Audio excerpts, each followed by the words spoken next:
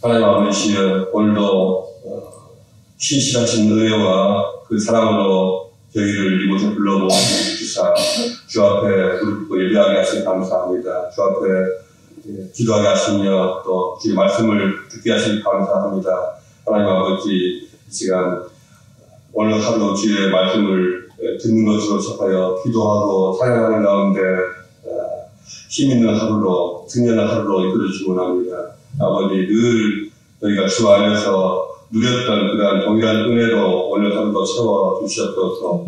주여, 주께서 오늘 저희를 준비하셨던 그 말씀으로, 얘기하셨던 그 말씀으로 저희를 채워주시며 또 저희로 주의 말씀을 힘입어서 담대하게 하여 주시옵소서. 감사를 예수 그리스도 이름으로 기도하였습니다. 아멘. 오늘 우리에게 주신 하나님 말씀은요, 열왕기상 10장 14절부터 29절까지입니다. 열왕기상 10장 14절부터 29절까지 저와 여러분이 함께 읽겠습니다. 솔로몬의 세입김의 무게가 금 160달란트요, 그 외에 또 상인들과 무역하는 백성과 아라비아의 모든 왕들과 나라의 도관들에게서도 가져오리라. 솔로몬 왕이 서서 누린 금으로 큰 방패 200개를 만들었으니 왜 방패 든 금이 600세겔이며 또 서서 누린 금으로 작은 방패 300개를 만들었으니 왜 방패 든 금이 3만회라. 왕이 이것들을 레바논 등에 두었더라. 왕이 또 상하로 큰 보좌를 만들고 절금으로 입혔으니 그 보좌에는 6층계가 있고 보좌 위에 둥근 머리가 있고 앉는 자리 양쪽에는 팔걸이가 있고 팔걸이 끝에는 사자가 하나씩 서 있으며 또 12사자가 있어 그 6층계 좌우편에 서 있으니 어느 나라에서도 이같이 만든 것이 없었더라. 솔로몬 왕이 마시는 그릇은 다 금이요, 레바논 나무 등의 그릇들도 다 정금이라. 은 기물이 없으니 솔로몬의 시대에는 은을 귀히 여기지 아니하는 왕이 바다에 가시스 배들을 주어 히람의 배와 함께 있게 하고 그 가시스 배로 3년에 한 번씩 금과 은과 사과와 원숭이와 공작을 실어 왔습니다. 솔로몬 왕의 재산과 지혜가 세상의 어느 왕보다 큽니다.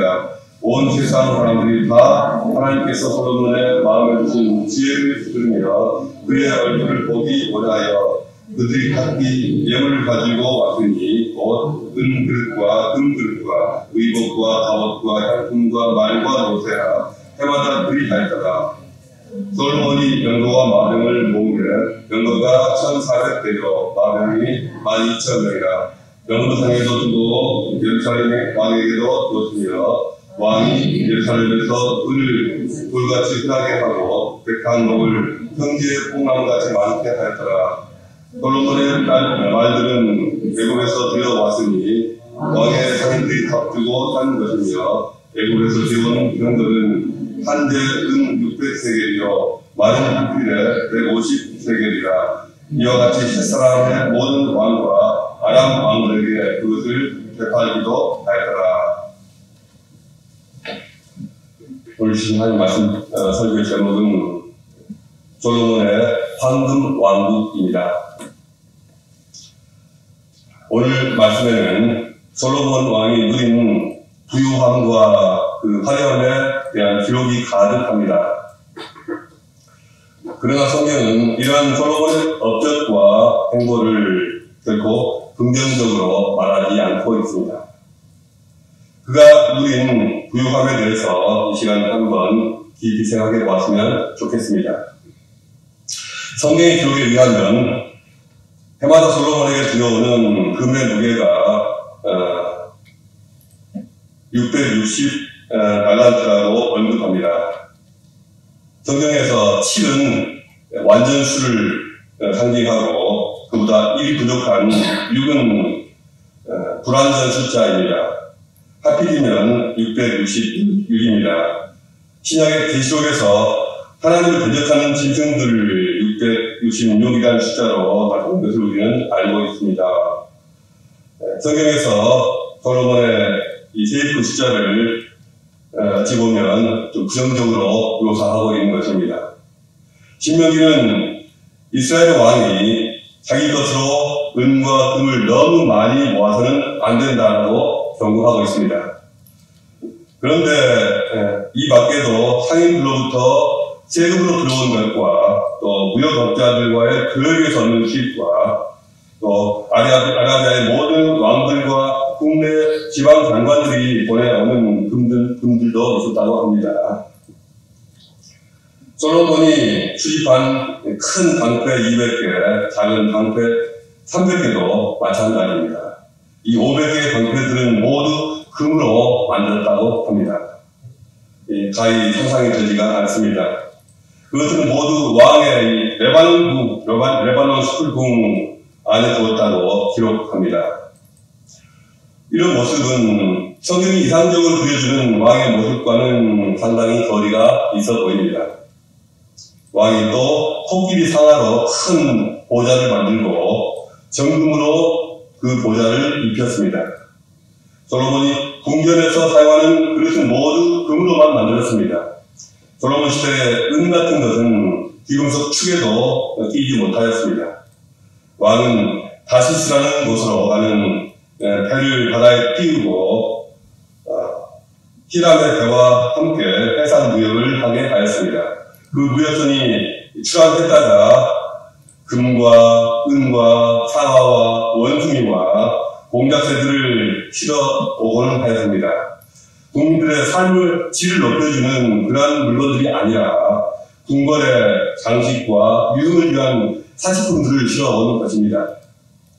그 당시 근동지방의 사람들마다 모두 솔로몬 왕을 한 번씩 만나보고 싶어 했고 그와 한번 대화를 나눠보고 싶어 했습니다. 그들은 한 번 올 때마다 각각 은그릇과 금그릇과 옷과 갑옷과 향로와 말과 노새를 예물로 가지고 왔는데 해마다 이런 사람들의 방문이 그치지 않았다고 합니다. 오늘 성경 말씀 속에서 유난히 많이 등장하는 것이 있습니다. 14절부터 29절까지 자그마치 10번이나 등장하는 단어가 하나 있습니다. 혹시 발견하셨습니까? 이 정도 본문에서 10번씩이나 나온다는 것은 매우 희귀한 일입니다. 무엇일까요? 바로 희귀금속 금입니다. 성경 전체에서도 금에 대한 언급이 자그마치 1004번씩이나 나타납니다. 이는 성경에서 가장 많이 언급한 이름인 다윗의 이름보다 등장 횟수가 더 많습니다. 물론 하나님 이름은 빼고요. 금은 고대로부터 부귀함의 상징일 뿐만 아니라 태양의 광채와 불멸의 영광을 상징했습니다. 고대 오직 권력을 가진 자만이 황금을 줄 수가 있었습니다. 황금을 많이 가질수록 권력은 강해졌습니다. 고대 파라오들은 황금으로 온 몸을 치장하고 금으로 장식된 궁전에 살면서 태양처럼 온 세상을 비추는 제왕이 되기를 희망하였습니다. 그들은 살아서는 황금 보좌에 앉았고 죽어서는 황금 마스크를 끼고 황금 관짝에 들어 누웠습니다. 이로써 그들이 신과 동등한 자라는 것을 과시하고자 했습니다. 애굽에 파라오가 있었다면 이스라엘에는 솔로몬이 있었습니다. 솔로몬은 하나님을 모시는 성전 내부를 황금으로 도배를 하고 또 모든 성전 내부의 기물들을 황금으로 제작했습니다. 그뿐만 아니라 크고 작은 황금 방패 500개를 만들고 자신의 보좌를 황금으로 만들고 같이 사용하는 모든 식기는 황금으로 제작했습니다.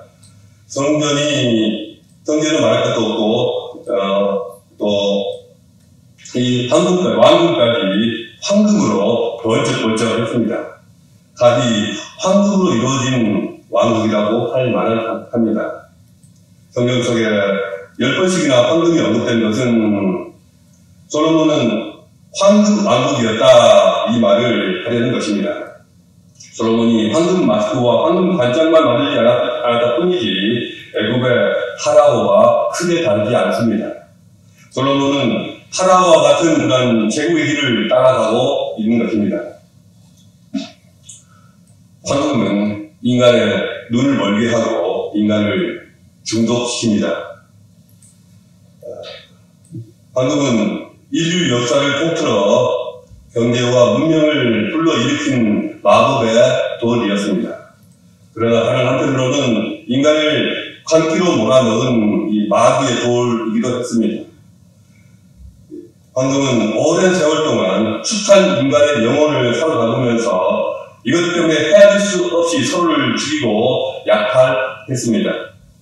상대방이 가진 이 황금을 빼앗기 위해서 전쟁을 일으키고 수많은 사람을 살육하고 헤아릴 수 없는 많은 피를 땅에 뿌리게 했습니다.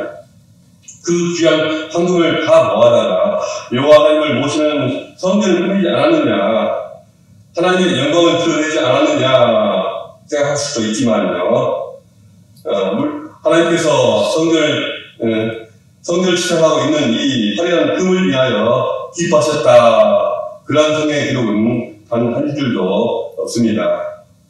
다시 생각해 볼 만한 일입니다. 솔로몬이 통치자로서 가장 의지하고 있었던 것은 아마도 그의 군사력이었을 텐데요, 왕이라는 누구나 중무장한 그런 철과 기병을 상비군으로 갖고 싶어 할 것입니다. 솔로몬은 애굽에서 수입한 병거가 1,400대, 이 중무장한 기병이 12,000기를 보유하고 있었습니다. 그러나 율법은 기병 중심의 상비군을 많이 두는 것을 경고하고 있습니다. 신명기서 17장 16절에서 그는 병마를 많이 주지 말 것이요, 병마를 많이 얻으려고 그 백성을 애국으로 돌아가게 하지 말 것이니 라고 금지한 일이 있고요. 또 사무엘 선지자가 인간 왕에 대해서 경고했던 일이기도 합니다. 물론 한 나라를 책임지는 왕이라면 당연히 국방을 소홀히 해서는 안 될 것입니다. 나라를 지키지 말라 그런 뜻은 아니고요. 그러나 이 무거운 철갑 상비군은, 그 기갑 상비군은 국가의 재정 부담이 너무 크고 또 국민들에게 많은 부담을 주니 민병대와 예비군을 효과적으로 활용해서 나라를 지키라는 그런 뜻이 아닌가 싶습니다. 하나님이 도와주시면 이런 방식으로도 얼마든지 나라를 지킬 수가 있기 때문입니다. 수많은 중갑 기병들을 상비군 체제로 유지하는 것은 애국 같은 나라들의 방식입니다. 역사상 경무장한 그런 군대만 가지고서도 중무장한 기병을 무력화시키고 청소년 사례는 얼마든지 있습니다. 그런데도 솔로몬은 이스라엘이 지금까지 유지해온 그런 군사 운영 방식을 바꾸어 애국 같은 대국들의 방식을 따라하게 된 것입니다. 성경에서 애국은 여호와 하나님을 대적하는 세력을 상징합니다. 우상 숭배의 본산이기도 합니다. 솔로몬이 말로는 여호와 하나님을 섬기는 나라를 이끌고 있지만, 그러나 실제적인 문제에 있어서는 성경의 가르침을 따르지 않고 철저하게 반성경적인 세상 방식, 세상 풍습을 따르고 있습니다. 애굽의 공주를 퍼스트 레이드로 두어서 그런지, 자꾸 그 소리에 자꾸 귀를 기울여서 그런지 애굽을 자꾸 닮아가고 있습니다. 애굽 같은 세상의 제국들이 취하는 정치 방식, 그들의 병력 운영 방식, 그들의 문화, 심지어 그들의 종교까지 받아내서 그대로 따라가고 있습니다. 하나님을 믿는 나라, 하나님을 믿는 가정, 하나님을 섬기는 교회는 모든 문제 해결 방식과 삶의 방식을 성경의 정신을 따라 창조적으로 행하여야 합니다. 세상에서 다들 쓰는 방식이라고 해서 그것이 최우선이라고 할 수는 없습니다. 세상 방식보다 더 새롭고 더 창조적이고 더 지속 가능한 삶의 방식을 성경의 가르침을 따라서 얼마든지 찾아내고 또 실현할 수가 있습니다. 하나님께서 이미 그에게 지혜를 주시기 때문입니다. 하나님께서 솔로몬에게 엄청난 지혜를 주신 것은 바로 그런 일에 능력을 발휘하라고 주신 것입니다. 성경적인 정치, 성경적인 토지제도, 성경적인 경제 운용, 성경에서 얘기를 읽어보면은, 토지에 관한 관심이 얼마나 많습니까? 또, 경제에 관한 그런 관심이 얼마나 많습니까?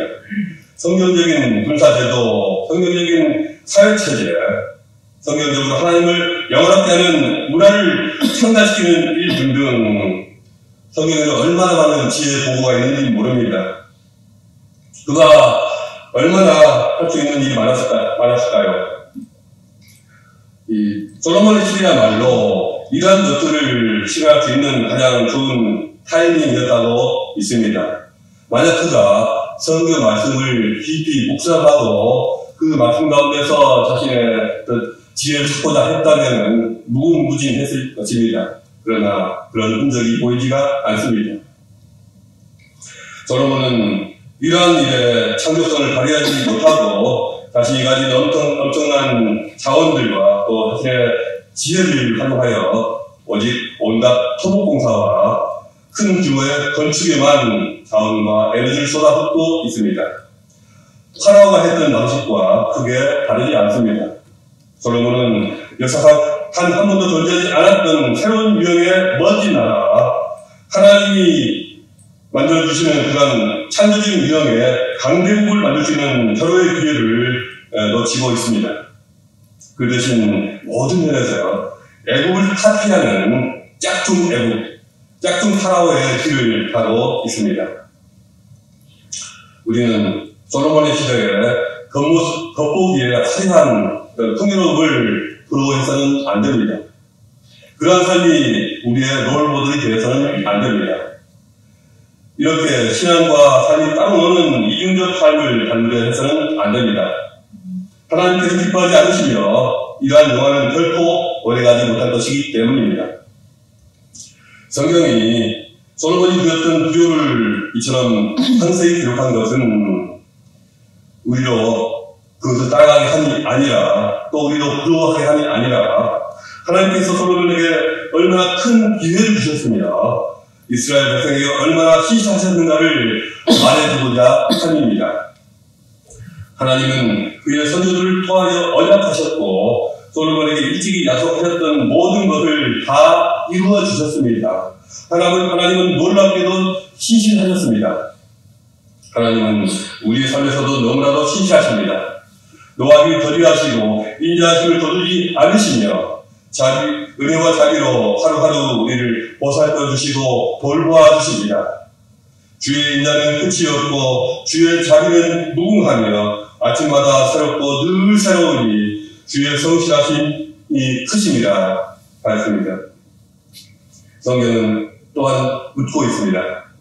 솔로몬이 하나님의 신실하심에 대하여 정말 올바르게 반응하고 있는가?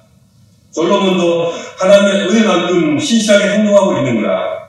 나라를 성경의 가르침에 따라서 이끌어가고 있는가? 전혀 그렇지 못하다는 것입니다. 성경의 정신을 따라 가지 않고 외적인 화려함과 물질적인 힘을 과시하는 데만 바쁜 것 같습니다. 하나님의 신실하심을 자꾸 값싼 은혜로 만들고 있습니다. 솔로몬이 누렸던 이 엄청나고 화려한 부유한 왕국이 공허하게 보이기까지 한 것은 왜일까요? 외적인 화려함 속에 더 중요한 영적 풍성함이 빠져있기 때문입니다. 우리는 하나님이 주신 부여와 기회를 무엇을 위해 사용하고 있습니까? 외부적인 화려함을 능가하는 내면적인 풍요로움을 가꾸고 있습니까? 세상 어떤 것과도 비교할 수 없는, 바꿀 수 없는 영적인 풍성함을 우리는 만들고 있고 누리고 있습니까?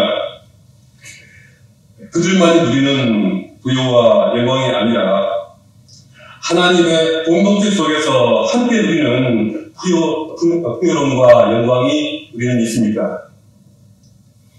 오늘날 우리가 추구해야 할 것은 솔로몬이 가졌던 빛나는 번영이 아니라 바로 이러한 것들입니다. 예수 믿고 구원받고 주의 백성이 된 우리는 외적인 화려함이나 물질적 번영보다는 성경의 말씀을 깊이 묵상하고 내면화하면서 영적인 풍성함과 창조성을 가지고 주님을 섬기며 살아갈 수 있기를 주님의 이름으로 축복합니다. 오늘 주신 주님 말씀을 묵상하면서 주의 이름으로 묵상하면서 자유롭게 기도하시다가 돌아가시겠습니다.